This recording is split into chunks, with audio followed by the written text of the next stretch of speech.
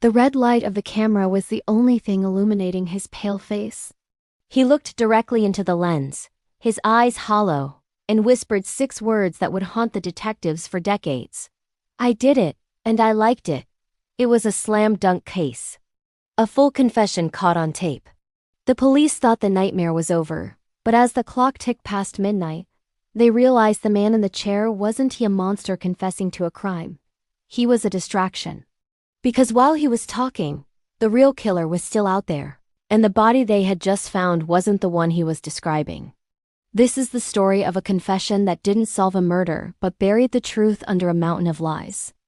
The setting is Blackwood Falls, 1994. It was a town where people left their back doors unlocked and let their children ride bikes until the streetlights came on. But that innocence died on a humid Tuesday in July. Sarah Miller, a 19-year-old honors student with dreams of becoming a surgeon, disappeared. She was last seen leaving her shift at the local library, waving goodbye to a coworker. She never made it home. The environment of Blackwood Falls was suffocatingly quiet. It was the kind of place where everyone knew your name but no one knew your secrets. Sarah was the golden girl. Her disappearance wasn't just a missing persons case. It was a fracture in the town's soul. For 3 weeks, the community searched the dense woods and stagnant creeks. The air was thick with the smell of pine and the unspoken dread that they weren't looking for a survivor anymore. Then they found the backpack.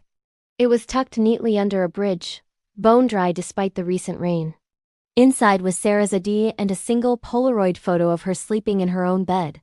The realization hit the investigators like a physical blow. The killer had been in her house long before he took her. He had been watching.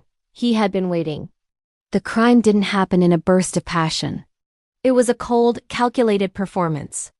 On the night of July 12th, the perpetrator didn't break in. He used a key. He moved through the Miller household like a ghost, bypassing the creaky floorboards with practiced ease. Imagine the tension. The silence of a sleeping house, broken only by the rhythmic ticking of a hallway clock. The killer stood in the doorway of Sarah's room for 20 minutes, just listening to her breathe. He didn't want money. He didn't want jewelry. He wanted the power of life and death held between his fingers. When Sarah finally vanished, there were no signs of a struggle, no blood, no broken glass. Just an empty bed and a window left slightly ajar, letting in the damp night air. It was a clean abduction, the work of someone who understood forensics or someone who had practiced this many times before. The town began to turn on itself. Neighbors looked at neighbors with suspicion. Every white van was a threat. Every hooded figure was a predator. The air in the interrogation room was stagnant, smelling of burnt coffee and old cigarettes. Enter Elias Thorne, a local drifter with a history of minor disturbances, a man who lived on the fringes of society, peering in through the glass. When the police brought him in, they expected resistance, the usual denials of a man caught in the dragnet. Instead, they got a monologue.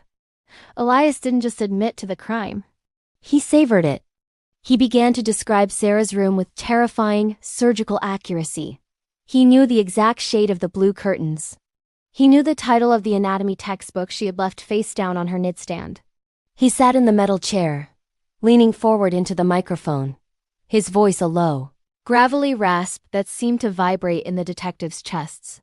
He detailed the abduction, the way her hair felt, the drive to the old quarry, and the final, agonizing moments of Sarah Miller's life. Lead Detective Mark Higgins felt a chill go down his spine that no heater could warm. It was the perfect confession. Thorne even drew a map, his hand steady as he sketched the winding paths of the Blackwood woods. But as the sun began to rise, casting long, accusing shadows across the station floor, the first cracks appeared in his story. The forensic team reached the quarry based on Thorne's map. They dug where he told them to dig. They found a body, wrapped in heavy plastic, just as he described. But when the coroner peeled back the layers, the room went silent. It wasn't Sarah. It was a woman who had been missing for 6 years from a neighboring state. A cold case that had long since gathered dust. When Higgins confronted him, Thorne didn't flinch. He simply smiled, a slow, yellowed grin that didn't reach his dead eyes. "Oh," he whispered. "You found that one first?" I must have gotten my memories tangled. There are so many, you see. Suddenly, the interrogation room felt less like a place of justice and more like a stage.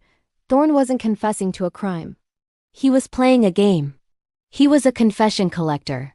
A rare and dangerous breed of sociopath who studied cold cases, read police reports through illegal means, and memorized every public detail to gain the one thing he never had: significance. But there was one problem that kept Higgins awake at night. How did he know about the Polaroid photo? That detail had never been released to the press. It was the silver bullet of the investigation, kept under a strict gag order. The investigation pivoted from a desperate search for Sarah to a psychological war with a man who had nothing to lose. Every lead Thorne gave was a labyrinth, a half-truth wrapped in a masterpiece of a lie.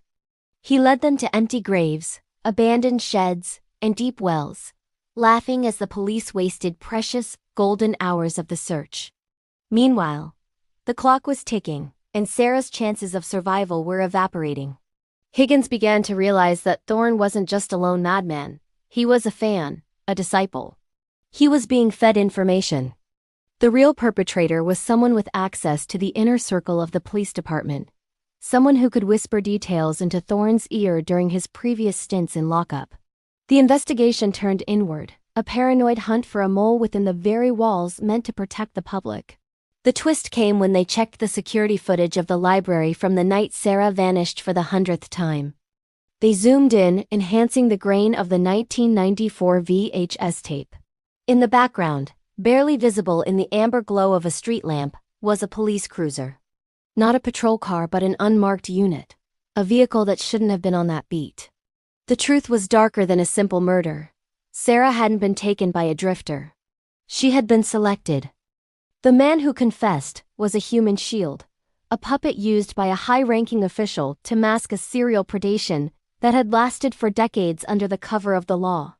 Elias Thorne was the fall guy, promised a legacy of infamy in exchange for his silence about the man who actually gave him the Polaroid. Sarah Miller was never found. The woods of Blackwood Falls are vast, and they keep their secrets well. Elias Thorne died in prison 3 years later from a sudden illness, taking the location of Sarah's final resting place to the grave. To this day, the town is haunted by the shadow of the man in the unmarked car. The case remains a jagged wound in the heart of the community, a reminder that the loudest confession is often the biggest lie. The system didn't just fail Sarah. It was used against her.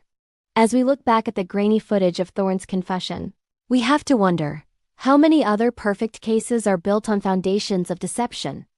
Was Thorne a genius manipulator or just a broken man caught in a web far larger than himself? Some say the real killer still walks those streets, wearing a badge of honor, watching the same news reports we do. The case of Sarah Miller remains open, a haunting testament to the fact that sometimes, the monster isn't the one screaming in the interrogation room, it's the one standing quietly in the shadows, holding the camera. What do you think was the real mastermind behind Sarah's disappearance? Was Elias Thorne truly a killer, or was he just a distraction for someone much more powerful? Let us know your theories in the comments below. Every perspective might bring us one step closer to the truth. If you found this case as chilling as we did, make sure to hit the subscribe button and turn on notifications for dark case files. We travel into the heart of the world's most disturbing mysteries every week, and we don't stop until the darkness comes to light. Stay vigilant, because the truth is often stranger and much darker than fiction.